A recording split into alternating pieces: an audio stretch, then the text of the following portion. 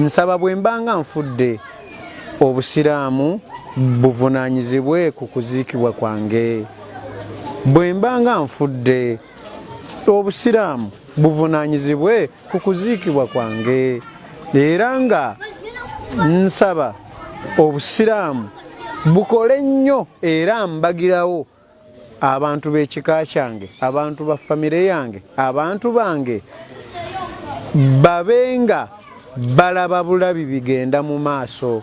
Eyali omuyimbi wa kadongo kamu Vincent Ssegawa kati nga ye Lukman Ssegawa akoze ekiraamo. Ebiri mu kiraamo bitiisa. Nkwanirizaako ku Newspark Channel njagala okubuuzaako ku Atugonza Sikora muwanguzi webale ekwekumira ku Newspark Channel abatufuna okuva mu Dubai, Qatar, Jordan, Saudi Arabia. Twagala okubeera nti tubabuuzaako mu ngeri ey'enjawulo. Newspark Channel waliwo ka notification bell mukwano koyina okuba nti onyigako bajja kutegeeza buli lwe tunaaba tutaddeyo amawulire. Teweerabira kuba nti no olekawoko ka comment ko ku mawulire ge tuba tuleese mukwano. Tutandise ne Lukman Ssegawa abangi mumumanyi nga Vincent Ssegawa avuddeyo n'abanga akola ekiraamo era ng'ekiraamo kino kiri ku mutimbagano Facebook, WhatsApp kyatuuseyo dda n'olwekyo bw'anaabanga avudde mu bulamu bw'ensi eno tewali alikyusa kiraamo kino kubanga akikoze abantu abasinga bakifunyeeko. Naye ng'ebiri mu kiraamo byo bitiisa kubimu kwebyo bye tuyinza okubeera nga tukugamba ebiri mu kiraamo agambye nti ayagala obusiraamu bwe buba nga buvunaanyizibwa ku kuziika kwe. Era n'agambye nti abantu b'ekika kye famire ye bajja kubeera nga balaba bulabi ebigenda mu maaso wabula okuziika kwe tebakuvunaanyizibwako nga n'olwekyo alina kuba nti no aziikibwa mu busiraamu oba aziikibwa ng'abasiraamu bwe balagira. Naye kino agambye tekijjaawo nti si wa famire oba teyakulira mu famire eyo naye kino akikoze olw'eddiini gye yayingiramu.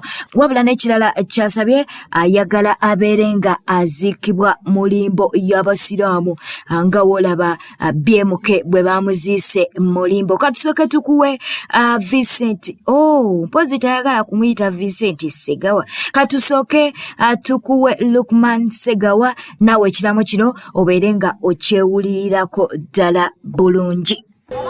Assalamu alaikum wa rahmatullahi wa barakatuh. Yenze Lukman Ssegawa eyali amanyikiddwa nga Vincent Ssegawa. Ensonga endeese ya kukola kiraamo kyange nga ekiraamo kino njagadde kituuke kwabo bekikwatako. Okulaama kwange naama nti bwe mbanga nfudde ng'omwoyo gwange gwawukanye n'omubiri gwange, nsaba Allah ow'ekisa abasobozesa okukkiriza kino era kibeere kikakafu nti nze nkyogedde awatali kkakibwa wabula nga ddala kwesalirawo kwange. Nsaba bwe mbanga nfudde obusiraamu buvunaanyizibwe ku kuziikibwa kwange. Bwe mbanga nfudde obusiraamu buvunaanyizibwe ku kuziikibwa kwange. Era nga nsaba obusiraamu bukole nnyo era mbagirawo abantu b'ekika kyange, abantu ba famire yange, abantu bange babenga balaba bulabi bigenda mu maaso naye nga si be bavunaanyizibwa ku nsonga y'okunziika. Sikyogera lwa bukyayi, sikyogera lwa nsonga ndala yonna, naye okutya eyantonda y'ensonga enjogeza bino kubanga njagala okuziikibwa kwange kubeera okulungi, libeere ekkubo eddungi erintuuse eri omulezi wange nga ddala n'ebimperekedde biri mu kkubo ery'obuluŋŋamu. Saagala shiriki mu kufa kwange kubanga singa obusiraamu buba si bwe buvunaanyiziddwa ku kuziikibwa kwange, ebya shiriki tebijja kwewalibwa. Emisoso gyonna egitambulira mu mbeera y'obutali busiraamu gijja kusigala gijja mu kufa kwange. Ekyo sikikkiriza, saba Allah akintaase. Ndiba sirina googera naye kaakano njogedde. Omulezi wange nsaba akkirize obusiraamu bunziike ku limbo y'obusiraamu.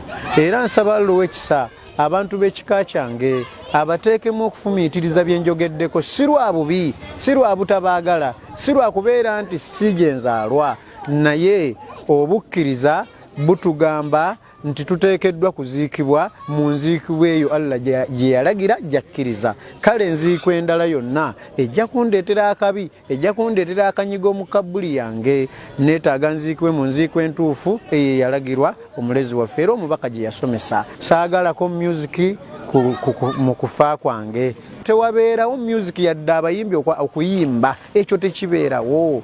Bibanga ebyessanyu obudde obwo, naye ate oli afudde yaba amanyi akanyigo k'abaalimu.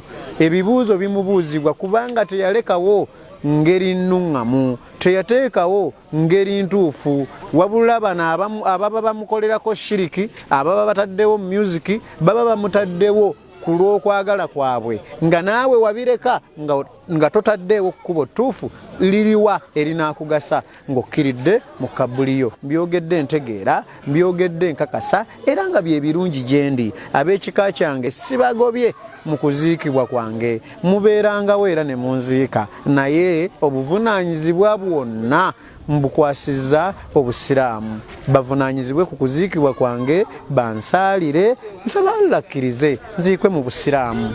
Nsaba obusiraamu buvunaanyizibwe ku kugaba emmaali yange, byonna bitambulire mu busiraamu. Era saagala bakika kyange kunyiiga. Kino nkikola olw'okutya entaana yange. Kabbuli ebigibaamu ng'omuntu omaze okufa, omulamu tobimanyi, naye bimanyi bw'oyo afudde. Kale olw'okubeera nti byatulagirirwa ng'omubaka yaleka abisomesezza, kati ffe abasobodde okusomako webiri tulina okutya kungi. Nsaba obusiraamu bunziikenga, era obusiraamu bugabe emmaali yange. Bwe walibaawo ako kendibandese, obusiraamu bukatemeeteme, bukagabe mu ngabo entuufu eyo Allah gye yalagira, omubaka gye yasomesa. Nze Lukman Ssegawa, eyayitibwanga Vincent Ssegawa, ekyo kyekiraamo kyange.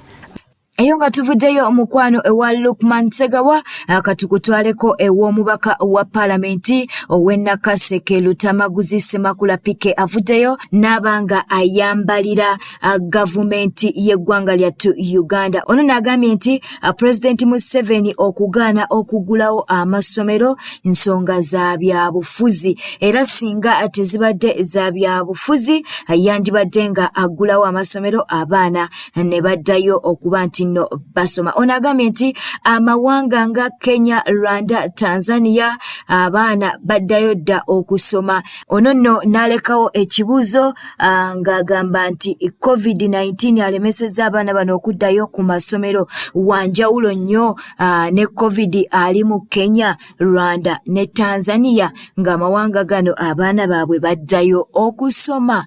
Oyo ye Lutamaguzi Ssemakula Pike. Mu mawulire amalala getukuleetedde olunaku olwaleero abadde ku Africell, munange nina essanyu okutegeeza nti mwena ababadde ku Africell mugenda kubeera nga mudda ku Airtel oluvannyuma lwa Africell okukomekkereza empeereza zaabwe mu ggwanga lyattu Uganda. Naye abakulu mu Airtel bagambye nti bajja kukuwa omukisa gwe wenna alina layini eya Africell, bagenda kubeera nga bakuwa omukisa ofune layini ng'eri mu nnamba eyo yennyini gy'obadde okozesa. Obadde ku Newspark Channel mukwano, njagala okwebaza olw'okuba ntino olaba amawulire gaffe.